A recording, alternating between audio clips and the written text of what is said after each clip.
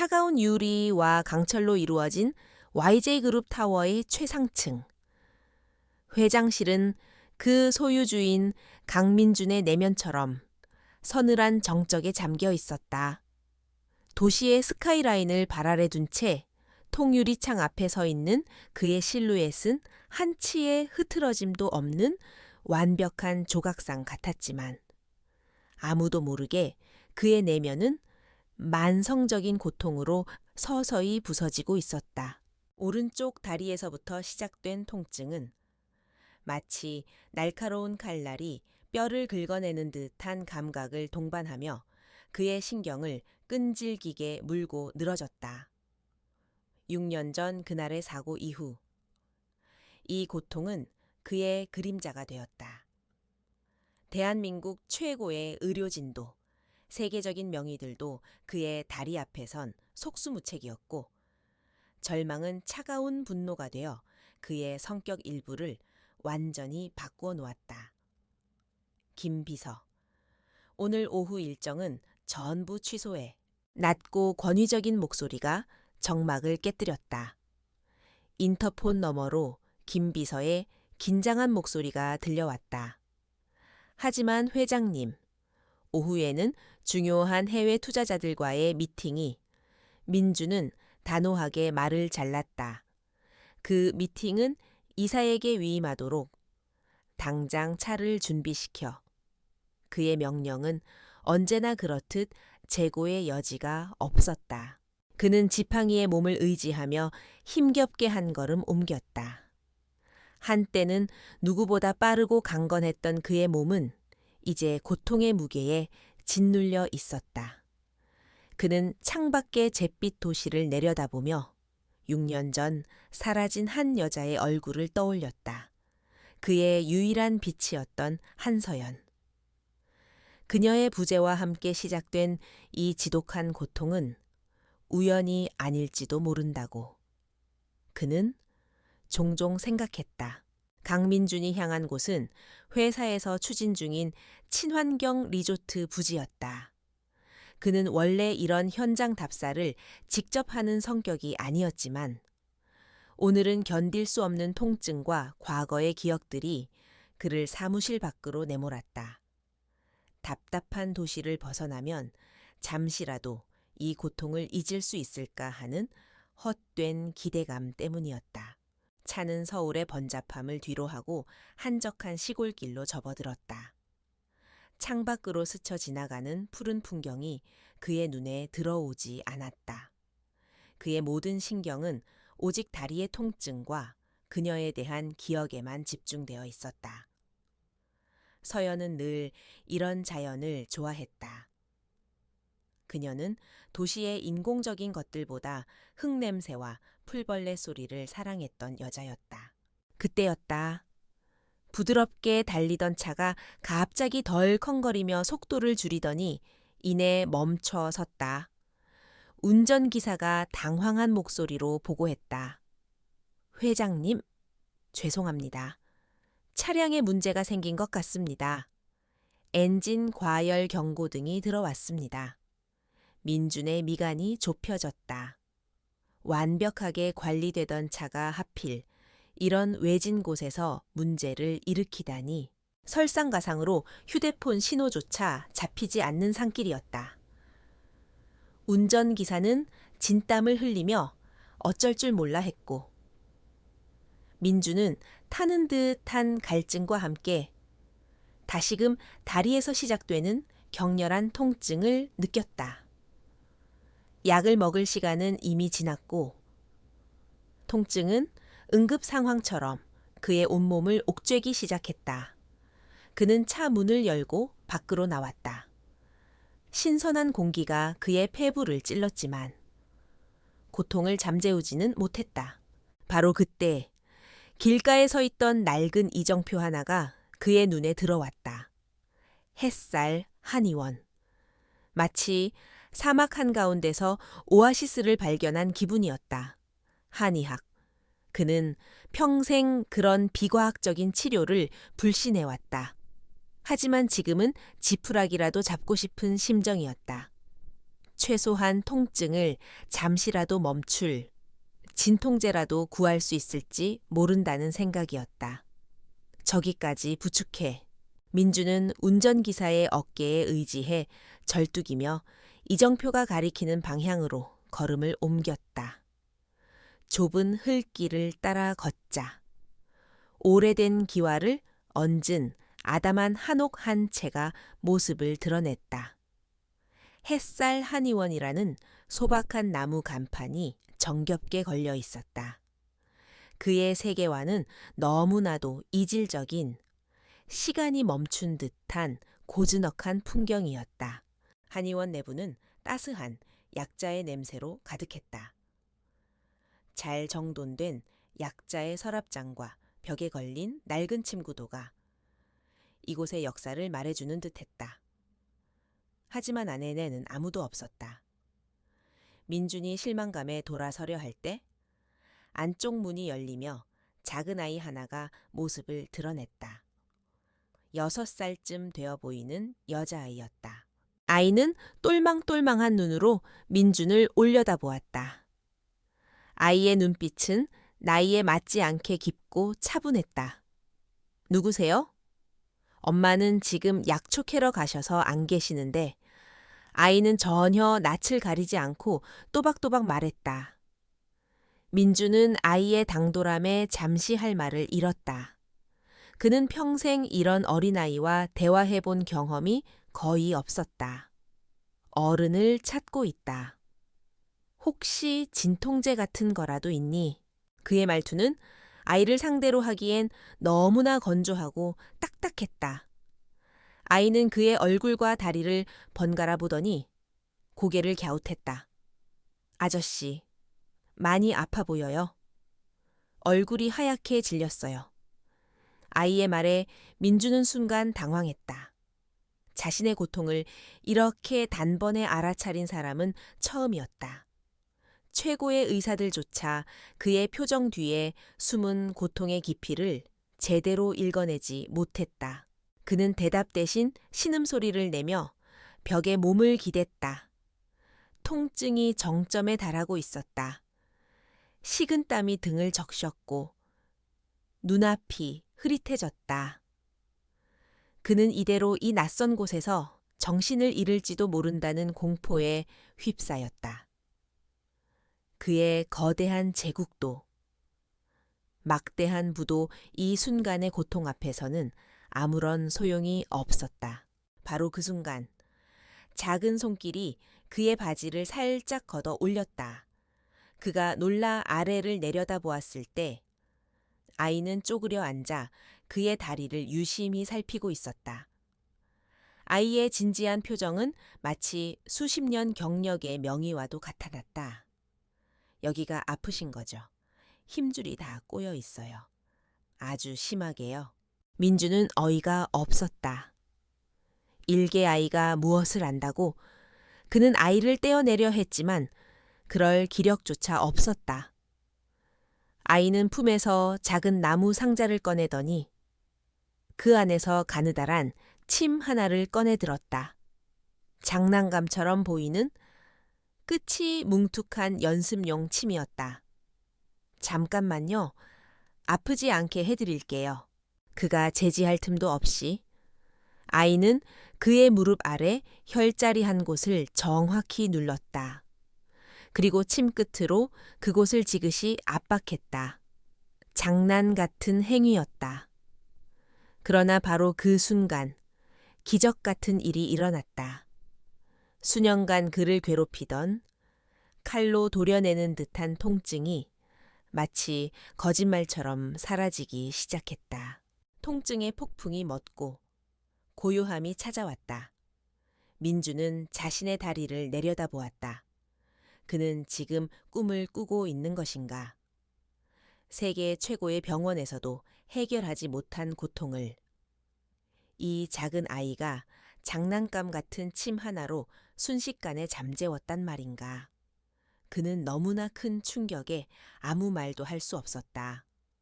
그저 아이의 얼굴을 멍하니 바라볼 뿐이었다.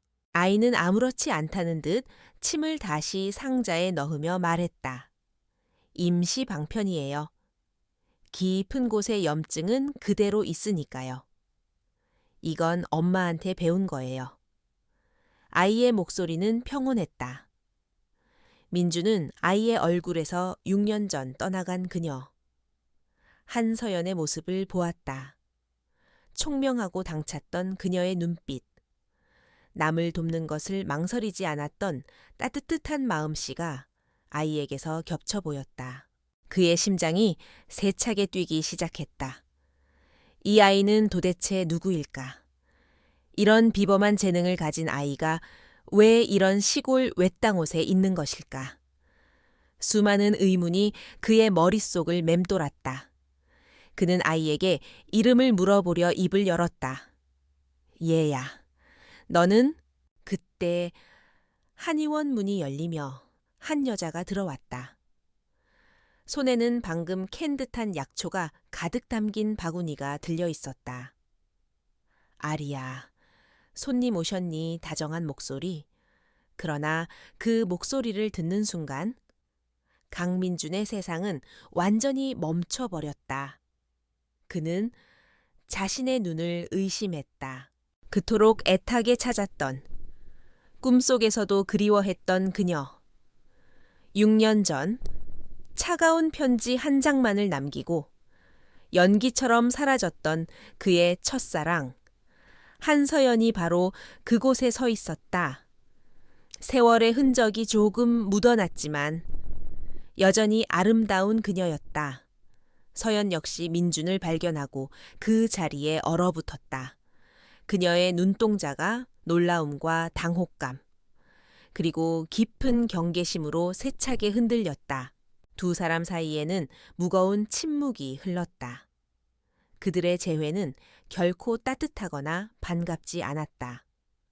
과거의 상처와 오해가 날카로운 파편이 되어 두 사람의 공간을 채웠다. 민주는 자신의 다리를 고쳐준 천재 소녀가 자신이 6년간 찾아 헤맨 첫사랑의 딸이라는 충격적인 사실 앞에서 만견자실할 뿐이었다. 운명은 그에게 가장 고통스러운 동시에 가장 기적적인 방식으로 과거를 다시 마주하게 만들고 있었다. 강민주는 운전기사의 부축을 받아 채 오르는 내내 아무 말도 하지 않았다.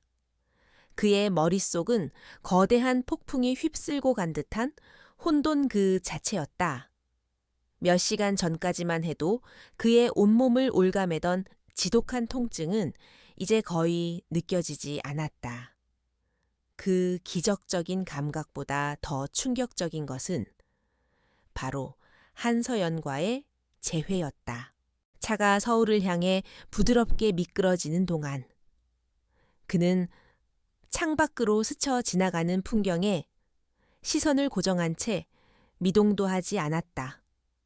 6년, 결코 짧지 않은 시간이었다. 그는 그녀가 죽었을지도 모른다고, 혹은 자신을 완전히 잊고 지구 반대편 어딘가에서 새로운 삶을 살고 있을 것이라고 수없이 상상했었다. 하지만 이렇게 허름한 시골 한의원에서 자신의 딸로 보이는 아이와 함께 나타날 줄은 꿈에도 몰랐다. 그리고 그 아이, 하나리. 제 어미를 쏙 빼닮은 똘망똘망한 눈과 나이를 뛰어넘는 비범한 재능. 아이가 자신의 다리를 만졌을 때의 그 놀라운 경험은 비과학적인 모든 것을 불신하던 그의 이성을 송두리째 흔들었다.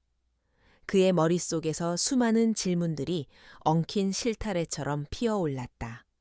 왜 그녀는 떠났는가? 왜 이곳에 숨어 지내는가? 그리고 저 아이는 정말 내 아이인가? YJ그룹 타워의 회장실로 돌아온 그는 평소의 냉정함을 되찾으려 애썼지만 심장의 고동은 좀처럼 진정되지 않았다. 그는 인터폰을 눌러 김 비서를 호출했다.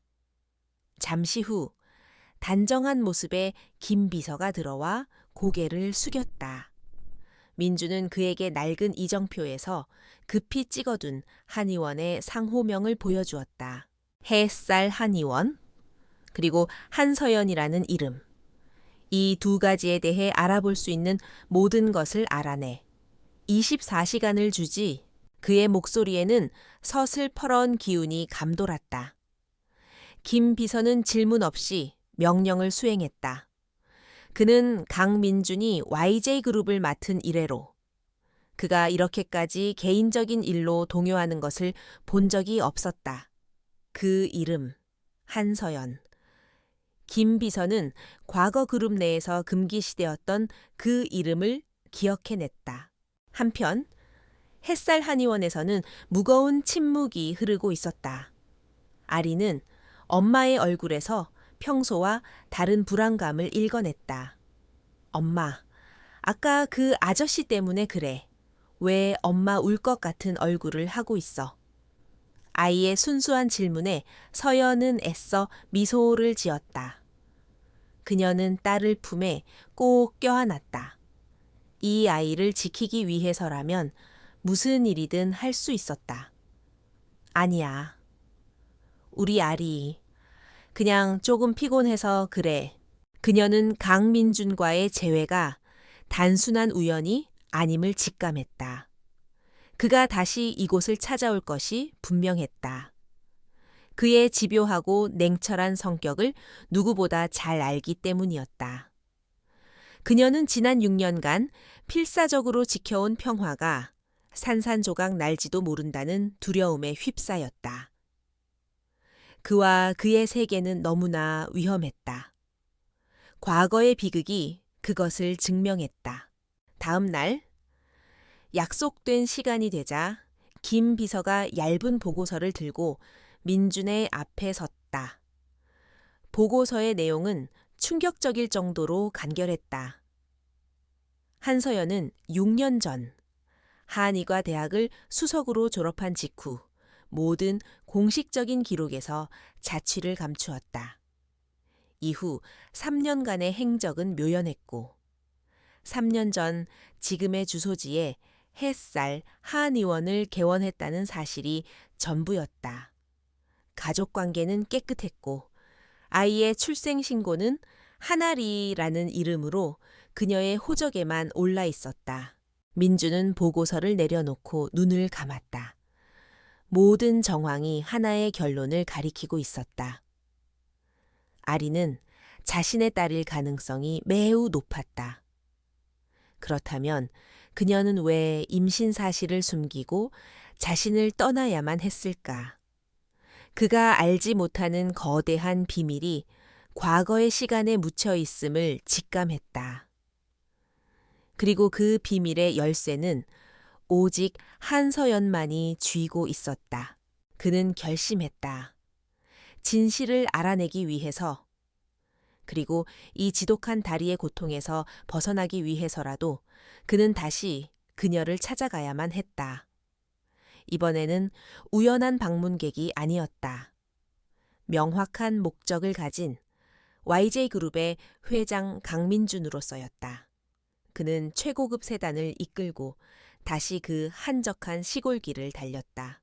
햇살 한의원 앞에 도착했을 때 서연은 마당에서 약초를 말리고 있었다. 그녀는 그의 차를 보고도 못 본 척 자신의 일에만 몰두했다. 그녀의 차가운 무시가 그의 자존심을 건드렸다. 그가 차에서 내려 그녀에게 다가갔다. 어제와는 다른 완벽하게 재단된 수트 차림의 그는 압도적인 존재감을 뿜어냈다. 다시 찾아올 줄 알았소. 서연이 먼저 입을 열었다. 그녀의 목소리는 얼음장처럼 차가웠다. 그녀는 고개를 들지 않은 채 말을 이었다. 볼일은 끝났으니 돌아가 주세요. 여긴 당신 같은 사람이 올 곳이 못 됩니다. 민주는 그녀의 태도에 화가 치밀었지만 애써 감정을 억눌렀다. 지금은 분노보다 목적이 더 중요했다. 내 다리를 치료해줘. 그의 요구는 간결하고 단호했다. 서연은 그제야 하던 일을 멈추고 고개를 들어 그를 마주 보았다. 그녀의 눈빛에는 경멸과 경계심이 뒤섞여 있었다. 나는 당신 주치의가 아니에요. 그리고 나는 아무나 치료하지 않습니다. 특히 당신은? 그녀의 거절은 칼날처럼 날카로웠다. 민주는 한 걸음 더 다가섰다. 두 사람 사이의 거리가 좁혀지자 팽팽한 긴장감이 감돌았다. 어제 당신 딸이 내 고통을 멈췄어. 당신이라면 날 완전히 고칠 수 있겠지. 당신의 실력은 내가 가장 잘 아니까. 그의 말은 과거 두 사람이 연인이었을 때의 기억을 수면 위로 끄집어냈다. 서연의 얼굴이 순간 미세하게 굳어졌다. 과거는 과거일 뿐이에요. 이제 우리 사이엔 아무것도 남지 않았습니다. 그러니 제발 나와 내 딸의 삶에서 사라져 주세요. 그녀는 애원하듯, 그러나 동시에 위협하듯 말했다. 그녀의 눈빛은 아리를 지키려는 어미, 호랑이처럼 사나웠다. 하지만 강민주는 물러설 생각이 없었다. 그는 품에서 서류 봉투 하나를 꺼내 그녀에게 내밀었다. 이 한의원이 있는 땅, 그리고 이 주변 일대의 모든 부지를 내가 샀소. 그의 말에 서연의 눈이 커졌다. 그녀는 믿을 수 없다는 듯 그와 서류를 번갈아 보았다. 그는 자본의 힘으로 그녀를 굴복시키려 하고 있었다. 내 치료를 거절하겠다면? 좋아. 그럼 나는 당장 이곳에 리조트 공사를 시작할 거요. 당신이 사랑하는 이 고즈넉한 자연은 포클레인 소음과 먼지로 뒤덮이게 되겠지. 당신과 당신 딸은 매일 아침 공사 현장을 보며 잠에서 깨게 될 거야. 그의 목소리는 잔인할 정도로 차분했다. 서연은 분노로 몸을 떨었다.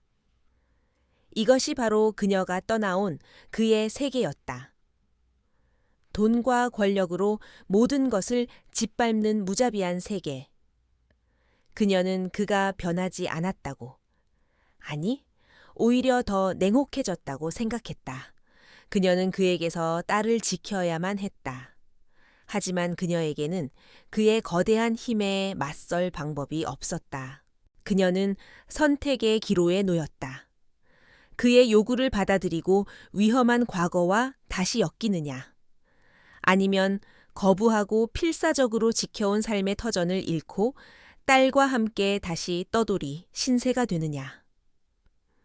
민주는 그녀의 고뇌를 지켜보며 마지막 카드를 꺼내 들었다. 치료를 맡아준다면 공사는 백지화하지. 그리고 당신과 당신 딸의 안전을 보장하겠소. 과거에 무슨 일이 있었는지는 모르겠지만 적어도 내 눈앞에서는 누구도 당신들을 건드리지 못하게 할 거야. 그의 제안은 위협인 동시에 기묘한 형태의 보호 약속이었다. 서연은 그의 눈을 깊이 들여다보았다. 그 안에는 욕망과 집착, 그리고 아주 희미하게 남아 과거의 온기가 남아 있었다. 그녀는 이것이 피할 수 없는 운명임을 직감했다. 그녀가 침묵으로 긍정하자 민주는 준비해온 계약서를 내밀었다. 그것은 단순한 치료 계약서가 아니었다. 그녀의 모든 시간을 그에게 귀속시키는 현대판 노예 계약서나 다름없었다. 결국 한서연은 강민준이 내민 계약서에 서명했다. 그것은 항복 선언이자 자신의 평화를 담보로 딸의 터전을 지키기 위한 어쩔 수 없는 선택이었다. 다음 날부터 YJ그룹의 회장 강민주는 공식적으로 햇살 하한의원의 유일한 환자가 되었다. 그의 방문은 더 이상 비밀스럽지 않았고 검은 세단은 매일 정해진 시간에 하한의원 앞마당에 멈춰 섰다. 첫 치료가 시작되던 날 치료실 안에는 얼음처럼 차가운 긴장감이 감돌았다. 서연은 감정을 배제한 채 오직 의사로서의 본분에만 충실하려 애썼다. 그녀는 민준에게 편한 옷으로 갈아입으라고 지시했고 그는 군말 없이 따랐다. 값비싼 수트를 벗고 환자복을 입은 그는 YJ그룹의 총수가 아닌 그저 한 명의 아픈 남자일 뿐이었다. 그가 치료용 침상에 눕자 서연은 그의 다리를 세심하게 살폈다. 그녀의 손길이 닿을 때마다 민주는 온몸의 신경이 곤두서는 것을 느꼈다. 6년 만에 처음으로 닿는 그녀의 손길은 여전히 익숙했지만 그 안에는 어떠한 온기도 담겨 있지 않았다.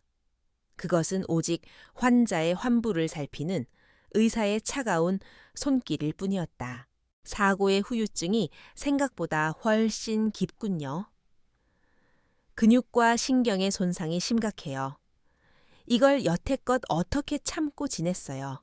그녀의 목소리는 지극히 사무적이었다. 민주는 쓴웃음을 지었다. 참는 것 외에 다른 방법이 없었으니까. 세상의 어떤 의사도 내 다리를 고치지 못했소. 그의 대답에 서연은 잠시 침묵했다. 그녀는 소독된 침을 집어들며 나지막이 말했다. 고치는 게 아닙니다. 망가진 것을 원래대로 되돌려 놓는 것뿐이죠. 가느다란 침이 그의 혈자리를 파고들었다. 놀랍게도 통증은 거의 없었다. 오히려 막혀있던 혈이 뚫리는 듯한 시원한 감각이 온몸으로 퍼져나갔다. 그는 그녀의 비범한 재능을 다시 한번 실감했다. 그녀는 학부 시절부터 독보적인 천재였다. 그녀의 손끝에서 일어나는 작은 기적들을 그는 수없이 목격했었다. 왜 아무 말도 없이 떠난 거지? 고요한 치료실의 정적을 깨고 그가 물었다. 그의 목소리에는 6년간 묵혀두었던 원망과 의문이 뒤섞여 있었다. 서연의 손이 순간 멈칫했지만 이내 다시 정교하게 움직였다. 그녀는 그의 질문을 못 들은 척했다. 움직이지 마세요. 침이 잘못 들어갈 수 있습니다. 그녀는 철저히 그와의 개인적인 대화를 차단했다. 그때 치료실 문이 빼꼼히 열리더니 작은 머리 하나가 쏙 들어왔다. 알이었다. 아이는 손에 찐 옥수수를 들고 있었다.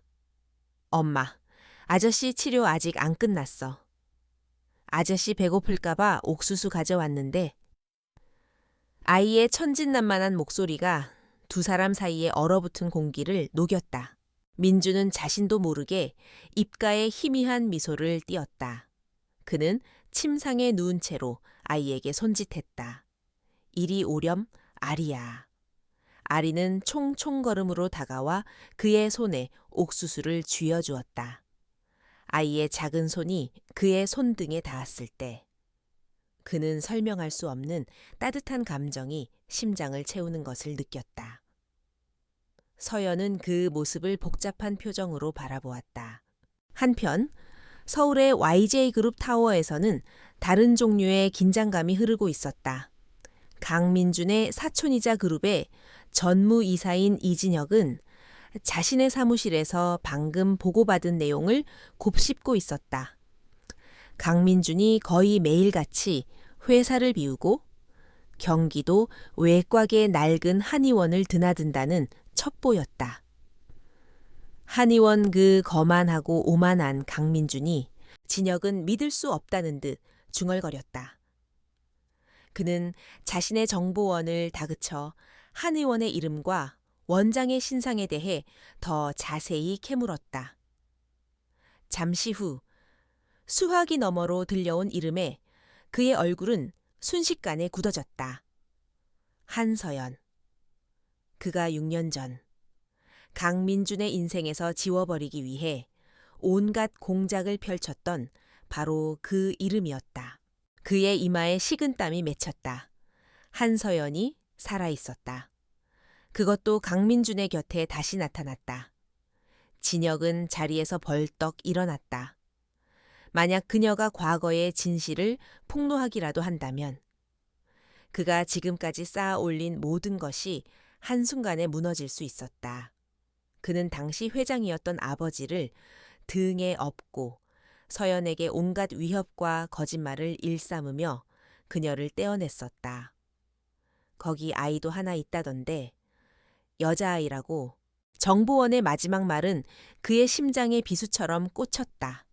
아이, 6살 배기 여자아이. 진혁은 손가락으로 날짜를 꼽아보았다.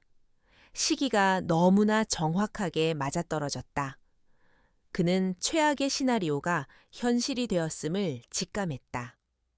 그 아이는 분명 강민준의 핏줄이었다. YJ그룹의 유일한 후계자인 강민준에게 숨겨진 딸이 있다는 사실이 알려진다면 그룹의 지배 구조는 송두리째 흔들릴 것이다. 그는 다급하게 어딘가로 전화를 걸었다. 나 이진혁이다. 사람을 하나 붙여야겠다. 햇살 한의원, 한서연이라는 여자와 그 딸. 일거수일투족을 감시하고 모든 것을 보고해. 단, 절대 들키지 마라. 강민준이 눈치채서는 안 돼. 그의 목소리는 뱀처럼 차갑고 은밀했다. 그는 선제 공격을 준비해야만 했다. 그 시간, 햇살 한의원에서의 치료는 계속되고 있었다. 몇 주가 지나자 민준의 다리는 놀라울 정도로 호전되었다. 그는 이제 지팡이 없이도 짧은 거리를 걸을 수 있게 되었다. 육체적인 고통이 줄어들자 그의 날카롭던 성격도 조금씩 누그러졌다. 그는 치료 시간 외에도 한의원에 머물며 아리와 함께 시간을 보내는 일이 잦아졌다. 아이는 그를 유난히 잘 따랐다. 함께 그림을 그리고 책을 읽고 마당에서 꽃에 물을 주었다. 민주는 생전 처음 느껴보는 부성애라는 감정에 당혹스러워하면서도 그 따뜻함에 속수무책으로 빠져들었다. 서연은 그런 두 사람의 모습을 멀리서 지켜보며 기쁨과 불안을 동시에 느꼈다. 어느 날 오후 치료를 마친 민준이 서연에게 물었다. 아리의 아버지는 어떤 사람이요? 그의 질문은 마치 준비된 각본처럼 자연스럽게 나왔다. 서연의 표정이 싸늘하게 식었다. 당신이 알 필요 없는 사람입니다. 그녀는 언제나처럼 철벽을 쳤다. 민주는 포기하지 않고 말을 이었다.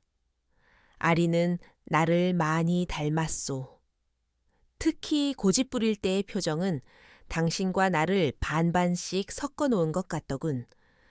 그의 말은 단순한 추측이 아닌 확신에 가까웠다. 서연은 더 이상 대꾸하지 않고 자리를 피했다. 그녀의 흔들리는 눈빛을 민주는 놓치지 않았다. 그날 밤 서연은 잠든 아리의 얼굴을 쓰다듬으며 깊은 고민에 빠졌다. 진실을 언제까지고 숨길 수는 없었다. 하지만 진실을 밝히는 순간 6년 전의 악몽이 되풀이될 것만 같았다. 그녀는 이진혁의 얼굴을 떠올렸다. 네가 민준의 곁에 있으면 그 애는 모든 걸 잃게 될 거야. 너와 내 천한 집안 때문에. 귓가에 그의 목소리가 환청처럼 맴돌았다. 그녀 모르게 그녀가 사는 작은 세상 주위로 검은 그림자가 점점 더 짙게 드리워지고 있었다. 이진혁이 보낸 감시자는 한의원 주변을 맴돌며 그들의 사진을 찍고 모든 것을 기록하고 있었다. 그리고 그 모든 정보는 실시간으로 서울의 마천루 속 야심으로 가득 찬 한 남자에게 보고되고 있었다. 평화로운 시골 마을의 한의원은 이제 거대한 음모의 중심이 되어가고 있었다. 강민준과 하나리의 유대감은 날이 갈수록 깊어졌다. 그는 더 이상 단순한 환자가 아니었다. 치료 시간이 끝나도 그는 이런저런 핑계를 대며 한의원에 머물렀고 그 시간의 대부분은 아리와 함께였다. 그는 아이의 총명함에 연일 감탄했다. 아리는 어려운 의학 서적의 그림을 보며 약초의 효능을 설명했고 인체의 혈자리를 놀라울 정도로 정확하게 짚어냈다. 어느 날 오후 두 사람은 툇마루에 앉아 그림을 그리고 있었다.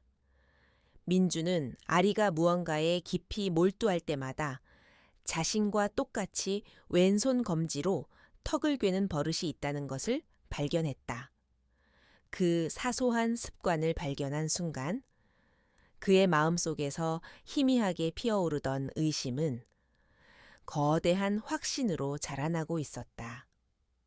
아리야, 혹시 못 먹는 음식이 있니? 그가 무심한 척 물었다. 아리는 그림에서 눈을 떼지 않은 차에 대답했다. 응. 복숭아? 먹으면 온몸이 간지럽고 숨쉬기 힘들어. 그 말을 듣는 순간 민주는 숨을 멈췄다. 복숭아, 알레르기. 그것은 그가 가진 지독한 유전병 중 하나였다. 그의 가문 남자들에게 대대로 내려오는 특이 체질이었다. 더 이상의 증거는 무의미했다. 그는 결심을 굳혔다.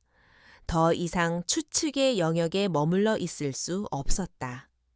그는 서연이 잠시 자리를 비운 틈을 타 아리의 방에 조용히 들어갔다.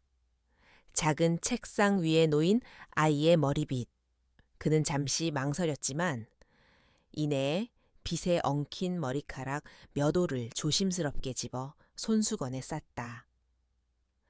자신의 행동에 죄책감이 들었지만 진실을 확인하기 위해서는 어쩔 수 없는 선택이었다. 그날 서울로 돌아오는 차 안에서 그는 김 비서에게 손수건을 건넸다. 국내 최고 유전자 검사 기관에 의뢰해 가장 빠르고 정확하게 이 일은 자네와 나 단둘만 알아야 하네. 어떤 기록도 남겨서는 안 돼. 김 비서는 손수건의 의미를 직감하고 무겁게 고개를 끄덕였다. 결과를 기다리는 며칠은 그에게 지옥과도 같았다. 그는 평소처럼 한의원을 찾았지만 서연을 대하는 그의 눈빛은 이전과 달랐다. 그 안에는 애틋함과 원망, 그리고 확인받고 싶은 절박함이 뒤섞여 있었다. 그는 그녀와 아리가 함께 있는 모습을 볼 때마다 가슴 한쪽이 아려왔다. 저 행복한 풍경 속에 자신의 자리는 어디에 있는 것일까? 바로 그 무렵 이진혁은 더 이상 기다릴 수 없다고 판단했다. 강민준이 진실에 다가가는 속도가 그의 예상을 뛰어넘고 있었다. 그는 직접 행동에 나서기로 결심했다. 그는 강민준이 회사 일로 자리를 비운 어느 평일 오후 보란듯이 검은색 외제차를 몰고 햇살 한의원 앞에 나타났다. 그의 등장은 평화로운 시골 마을의 풍경에 떨어진 검은 잉크 방울 같았다. 마당에서 놀고 있던 아리는 낯선 남자의 위압적인 모습에 놀라 서연의 뒤로 숨었다. 서연은 이진혁의 얼굴을 확인하는 순간 온몸의 피가 차갑게 식는 것을 느꼈다. 6년 전 자신을 나락으로 밀어 넣었던 악마가 다시 눈앞에 나타난 것이었다. 오랜만이군. 한서연 씨. 이런 누추한 곳에서 용케 잘 지내고 있었네. 진혁의 목소리는 꿀을 바른 독약처럼 부드러우면서도 잔인했다.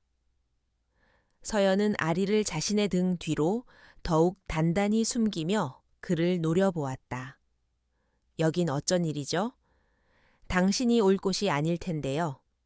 그녀의 목소리는 분노로 가늘게 떨리고 있었다. 진혁은 비웃음을 흘리며 그녀에게 한 걸음 다가왔다. 내 사촌 동생이 요즘 여기에 푹 빠져 산다고 해서 구경 왔지. 그런데 듣던 것보다 더 흥미로운 게 있더군. 그의 시선이 서연의 등 뒤에 숨은 아리에게 향했다. 그 탐욕스러운 시선에 서연은 온몸에 소름이 돋았다. 내가 왜 왔는지 본론만 말하지. 강민준에게서 떠나. 아이 데리고. 예전처럼 흔적도 없이 사라지란 말이야. 그의 목소리가 싸늘하게 돌변했다.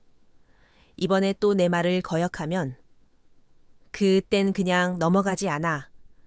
네가 민준이를 꼬셔서 사생아를 낳았다고 온 세상에 광고할 테다. YJ그룹의 안주인 자리를 노린 천박한 여자로 만들어서 네 인생은 물론이고 저 아이의 미래까지 전부 망가뜨려 주겠어. 그의 협박은 6년 전보다 훨씬 더 구체적이고 악랄했다. 서연은 입술을 깨물었다.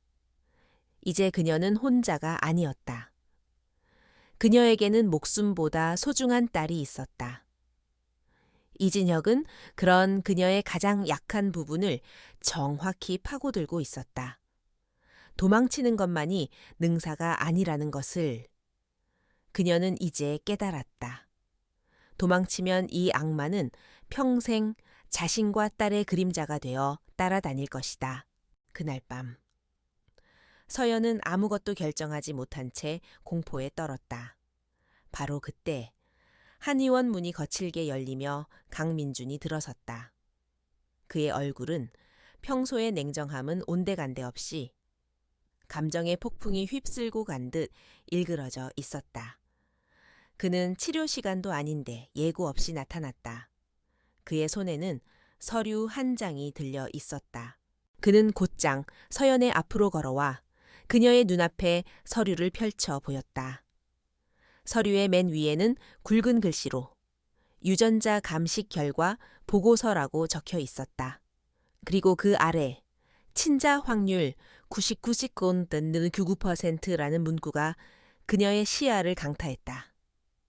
세상의 모든 소리가 사라지고 오직 거친 숨소리와 심장 소리만이 귓전을 때렸다. 이제 대답해줘. 한서연. 왜 그랬어? 왜 내게서 내 딸을 6년이나 숨겨야만 했지? 그의 목소리는 분노와 슬픔으로 잠겨 있었다. 이진혁의 협박과 민준의 추궁 앞에서 그녀가 필사적으로 쌓아 올렸던 방어벽은 마침내 무너져 내렸다. 그녀의 눈에서 뜨거운 눈물이 쏟아져 내렸다.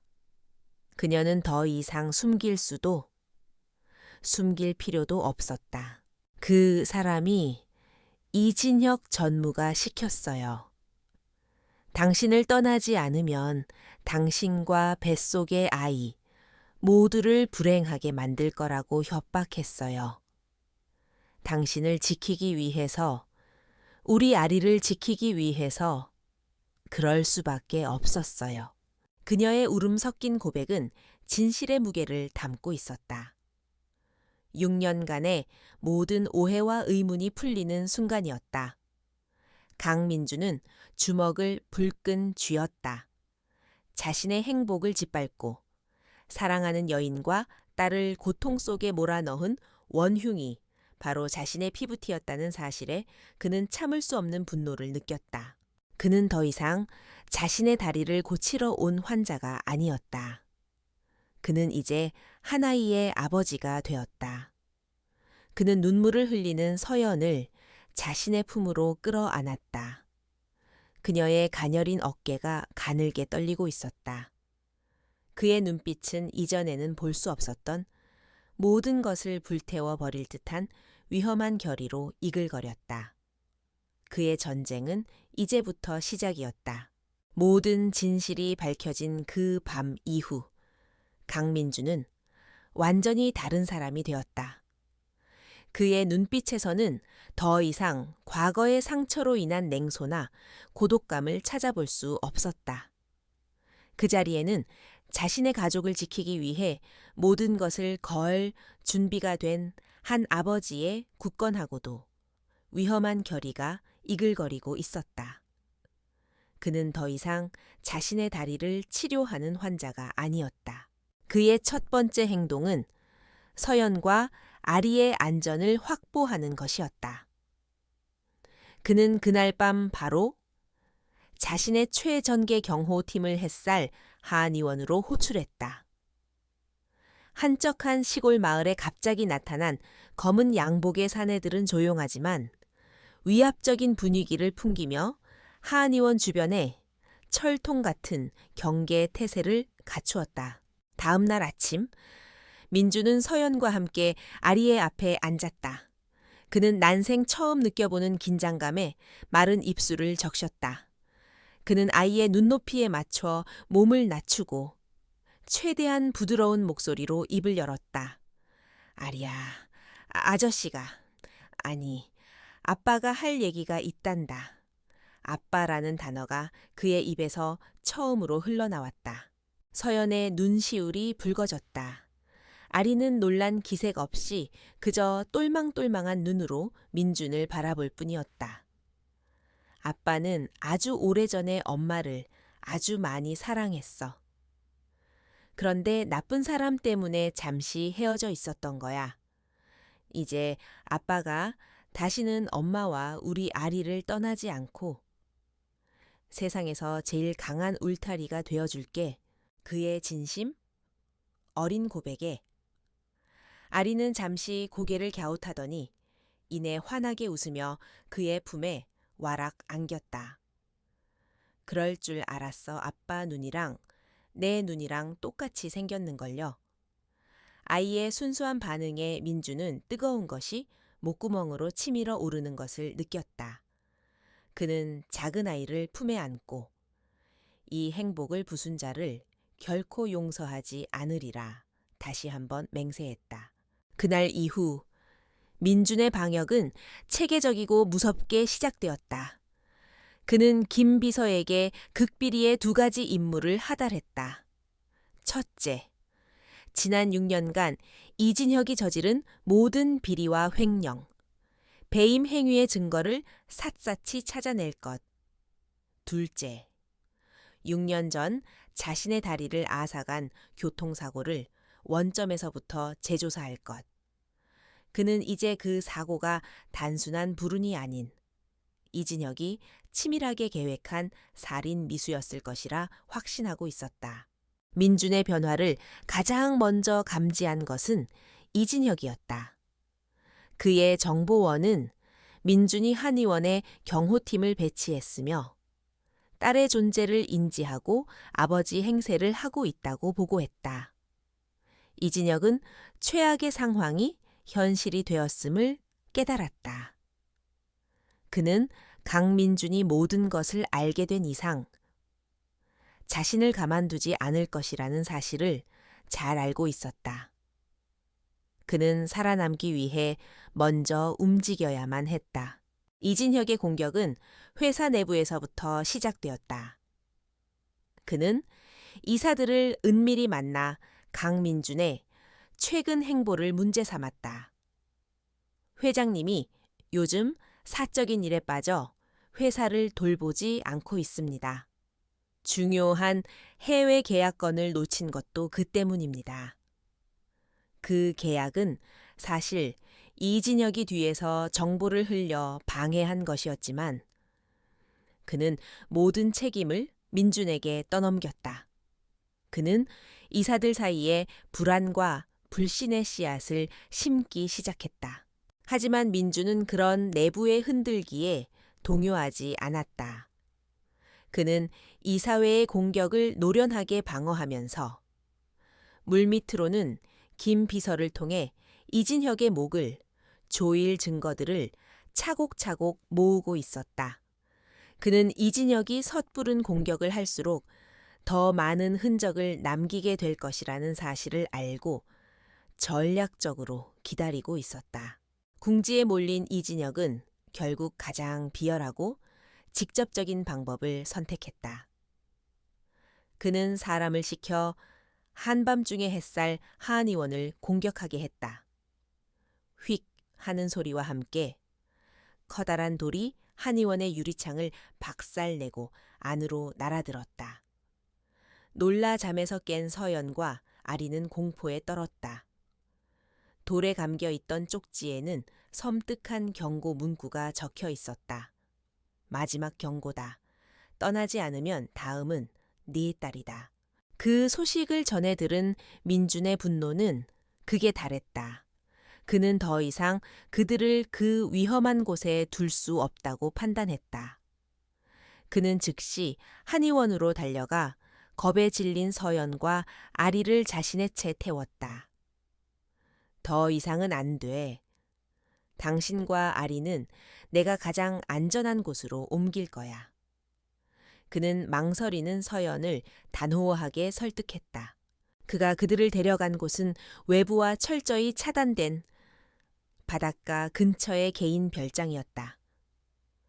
완벽한 보안 시스템과 경호 인력에 둘러싸인 그곳은 마치 현대의 요새와도 같았다. 서연은 갑작스러운 환경의 변화에 불안해했지만 자신과 딸의 안전을 위해 그의 뜻을 따를 수밖에 없었다. 별장으로 거처를 옮긴 며칠 후 마침내 결정적인 증거가 민준의 손에 들어왔다. 김 비서가 끈질긴 추적 끝에 6년 전 사고를 냈던 화물차 운전사를 찾아낸 것이었다. 말기암으로 투병 중이던 운전사는 죽음을 앞두고 모든 것을 양심 고백했다. 그는 이진혁의 수핵에 거액의 돈을 받고 고의로 강민준의 차를 들이받았다고 실토했다. 그의 고백이 담긴 녹음 파일을 전해 들으며 민준의 얼굴은 얼음처럼 차갑게 굳어졌다. 이제 모든 조각이 맞춰졌다. 이진혁은 단순한 비리 경영인이 아니라 자신의 자리를 차지하기 위해 형제를 죽이려 했던 살인 미수범이었다. 그는 더 이상 망설일 필요가 없었다. 심판의 시간이 온 것이다. 민주는 별장의 통유리창 너머로 아리와 함께 모래사장을 거닐고 있는 서연의 모습을 바라보았다.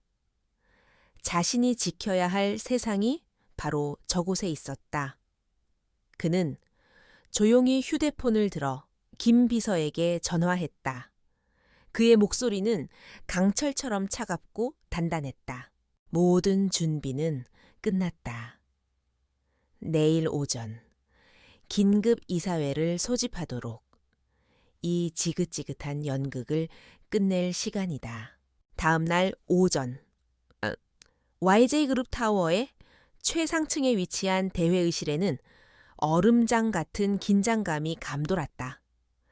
긴급 이사회 소집이라는 전례 없는 강민준의 결정에 이사들은 무슨 일이 벌어질지 모른다는 불안감과 호기심이 뒤섞인 표정으로 자리를 채우고 있었다.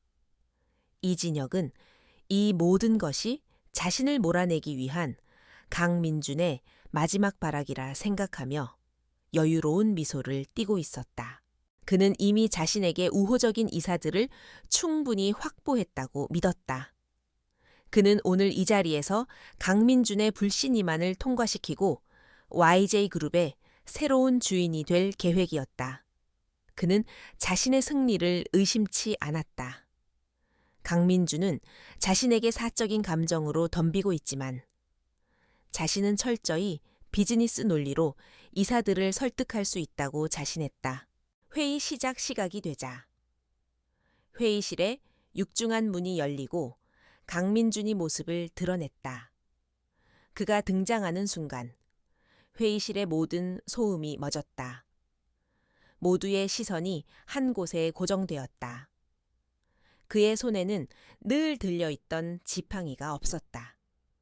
그는 조금의 절뚝임도 없이 완벽하고 당당한 걸음으로 회의 테이블의 상석을 향해 걸어갔다. 그의 발걸음 소리는 대리석 바닥 위에서 침묵을 깨는 유일한 소리였다. 그의 완벽하게 회복된 모습은 그 자체로 강력한 메시지였다. 그것은 그의 육체적, 정신적 부활을 알리는 신호탄과도 같았다. 이진혁의 얼굴에서 처음으로 여유로운 미소가 사라졌다.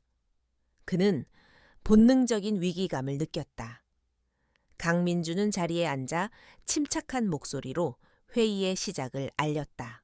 오늘 제가 긴급 이사회를 소집한 이유는 우리 YJ그룹 내부에 자라나고 있는 악성 종양을 도려내기 위함입니다. 그의 선언에 이사들이 술렁였다. 이진혁은 이때가 기회라고 판단하고 자리에서 일어났다. 회장님, 그 말씀은 바로 회장님 자신을 두고 하시는 말씀이 아닙니까? 최근 회장님의 독단적이고 비상식적인 경영 방식 때문에 회사가 입은 손실이 막대합니다. 저는 오늘 이 자리에서 강민준 회장에 대한 해임 결의안을 긴급 발의하는 바입니다. 이진혁은 준비해온 자료들을 테이블 위에 펼쳐 놓았다. 그 안에는 민준의 잦은 부재를 증명하는 근태 기록과 최근 무산된 해외 계약 관련 서류, 그리고 그가 은밀히 조작한 민준의 정신 상태에 대한 부정적인 소견서까지 포함되어 있었다. 그의 선제 공격은 날카롭고 준비된 것이었다. 하지만 강민준은 조금도 동요하지 않았다. 그는 이진혁의 열변이 끝나기를 기다렸다가 나지막하지만 회의실 전체를 울리는 목소리로 입을 열었다. 좋은 연극이었습니다. 이진혁 전무. 하지만 이제 진실을 이야기할 시간이군요. 그는 스크린을 향해 손짓했고 김 비서가 준비해둔 파일들이 화면에 나타나기 시작했다. 첫 번째 파일은 무산된 해외 계약의 진실이었다. 스크린에는 이진혁이 경쟁사에 내부 정보를 유출하는 내용이 담긴 이메일과 통화 기록이 선명하게 나타났다. 이진혁이 계약을 고의로 방해하고 그 책임을 민준에게 덮어 씌우려 했다는 사실이 만천해 드러나는 순간이었다. 이사들의 얼굴이 경악으로 물들었다. 이것은 조작이야. 강민준이 나를 모함하기 위해 꾸며낸 것이라고 이진혁은 소리쳤지만 그의 목소리는 절박한 외침에 불과했다. 민준은 그의 발악을 무시하고 다음 자료를 화면에 띄웠다. 그것은 지난 6년간 이진혁이 조성한 거대한 비자금 계좌의 흐름도였다. 천문학적인 금액이 유령회사를 통해 그의 개인 계좌로 흘러들어간 내역이 낱낱이 공개되자 이사들은 할 말을 잃었다. 민준은 자리에서 일어나 이진혁에게 천천히 다가갔다. 그의 눈빛은 이제 차가운 분노로 이글거리고 있었다. 회사를 좀먹는 악성 종양이 바로 누구였는지 이제 아시겠습니까? 이사님들, 하지만 이건 시작에 불과합니다. 이진혁 전무가 저지른 진짜 죄는 돈 몇 푼 횡령한 것이 아니니까요. 그는 회의실에 스피커 볼륨을 높였다. 그리고 파일을 재생했다. 스피커에서는 낯선 남자의 죽음을 앞둔 듯 쇠약하고 떨리는 목소리가 흘러나왔다. 그것은 6년 전 사고를 냈던 화물차 운전사의 마지막 고백이었다. 그날 이진혁 전무의 수하라는 사람에게 돈을 받았습니다. 강민준 회장님이 탄 차를 일부러 들이받으라고 했습니다. 사고처럼 보이게 죽일 생각은 없었다고 했지만 저는 평생 죄책감에 시달렸습니다. 녹음 파일이 재생되는 동안 회의실은 숨소리 하나 들리지 않는 완벽한 정적에 휩싸였다. 이것은 더 이상 경영권 분쟁이 아니었다. YJ그룹의 심장부에서 벌어진 끔찍한 살인 미수 사건의 진실이 드러나는 순간이었다. 모든 이사들의 시선이 경멸과 공포에 차서 이진혁에게 향했다. 이진혁의 얼굴은 하얗게 질려 있었다. 그는 아니야. 거짓말이야. 라고 외치며 뒷걸음질 쳤다. 그의 완벽했던 가면이 산산조각 나고 그 안에 숨어 있던 추악하고 비겁한 본 모습이 드러났다. 그는 이성을 잃고 출구를 향해 도망치려 했다. 바로 그때 회의실의 문이 활짝 열리고 경찰들이 들이닥쳤다. 그들은 혼란에 빠진 이진혁의 양팔을 붙잡고 차가운 수갑을 채웠다. 이거 놔. 난 YJ그룹의 전무이사야. 내 놈들 따위가 날 건드려. 그는 마지막까지 발악했지만 그의 저항은 공허한 메아리가 될 뿐이었다. 수갑이 채워지는 철컥 소리와 함께 길고 길었던 악연의 연극은 막을 내렸다. 이진혁이 경찰들에게 끌려나가고 회의실에는 무거운 침묵만이 남았다. 강민주는 흐트러짐 없는 자세로 서서 그 모든 광경을 지켜보았다. 그는 상처 입은 이사들을 향해 고개를 숙였다. 그룹에 이런 불미스러운 일이 있었던 점, 회장으로서 깊이 사과드립니다. 하지만 오늘을 기점으로 YJ그룹은 새로 태어날 것입니다. 그의 목소리에는 미래를 향한 확신과 힘이 담겨 있었다. 회의가 끝나고 그는 홀로 회장실로 돌아와 창가에 섰다. 저 멀리 보이는 도시의 스카이라인을 바라보며 그는 휴대폰을 꺼내 사진첩을 열었다. 그 안에는 푸른 바다를 배경으로 환하게 웃고 있는 서연과 아리의 사진이 있었다. 그는 사진을 보며 희미하게 미소 지었다. 길었던 싸움이 끝났다. 이제 그는 정말로 그의 가족이 있는 집으로 돌아갈 시간이었다. 이진혁의 체포는 대한민국 재계에 거대한 폭풍을 몰고 왔다. YJ그룹의 주가는 일시적으로 폭락했고 그룹의 이미지는 바닥으로 곤두박질쳤다. 하지만 강민주는 흔들리지 않았다. 그는 폭풍의 눈 한가운데서 침착하고 신속하게 사태를 수습해 나갔다. 그는 직접 대국민 사과를 했고 이진혁의 비리에 연루된 모든 임원들을 가차없이 정리했다. 그의 단호하고 투명한 위기 관리에 시장은 점차 안정을 되찾기 시작했다. 그는 이진혁이 남긴 부패의 고름을 짜내고 그 자리에 실력 있고 윤리적인 인재들을 등용하며 그룹의 체질을 완전히 바꾸어 나갔다. 사람들은 냉혈한 기업가로만 알았던 강민준의 새로운 리더십에 주목하기 시작했다. 그는 더 이상 과거의 그가 아니었다. 회사 내부에 급한 불을 끈 후 그는 모든 업무를 신임하는 임원들에게 맡기고 마침내 그의 마음이 향하는 곳, 바닷가의 별장으로 돌아갔다. 그가 별장에 도착했을 때 서연과 아리는 정원에서 함께 꽃에 물을 주고 있었다. 평화로운 모녀의 모습을 보는 순간 그의 얼굴에 비로소 진정한 미소가 번졌다. 치열했던 싸움의 피로가 눈 녹듯 사라지는 기분이었다. 그날 저녁, 아리가 잠든 후 민준과 서연은 둘만의 시간을 갖기 위해 밤에 해변으로 나갔다. 부드러운 파도 소리가 두 사람 사이의 침묵을 채웠다. 먼저 입을 연 것은 민준이었다. 미안해. 6년 전에 내가 더 강했더라면 너를 지켜주지 못해서 미안해. 그의 목소리에는 깊은 후회와 진심이 담겨 있었다. 서연은 고개를 저으며 그의 손을 부드럽게 잡았다. 아니에요. 당신 탓이 아니에요. 저 역시 당신을 끝까지 믿지 못하고 도망쳤는걸요. 당신에게 아이의 존재를 알리고 함께 싸워야 했는데 그러지 못했던 제 자신이 후회스러워요.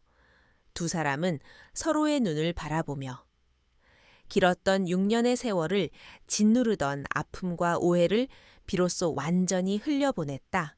그들은 과거의 상처를 서로 보듬어주며 용서했다. 이제 그들의 앞에는 미래만이 남아 있었다. 민주는 그녀에게 앞으로의 계획에 대해 조심스럽게 물었다. 그는 그녀를 YJ그룹이라는 거대한 성 안의 세장에 가두고 싶지 않았다. 그녀는 그녀 자신으로서 빛나야만 했다. 나는 당신이 다시 세상 밖으로 나왔으면 좋겠어. 당신의 놀라운 재능이 그 작은 한의원에만 머물기에는 너무 아까워. 그가 말했다.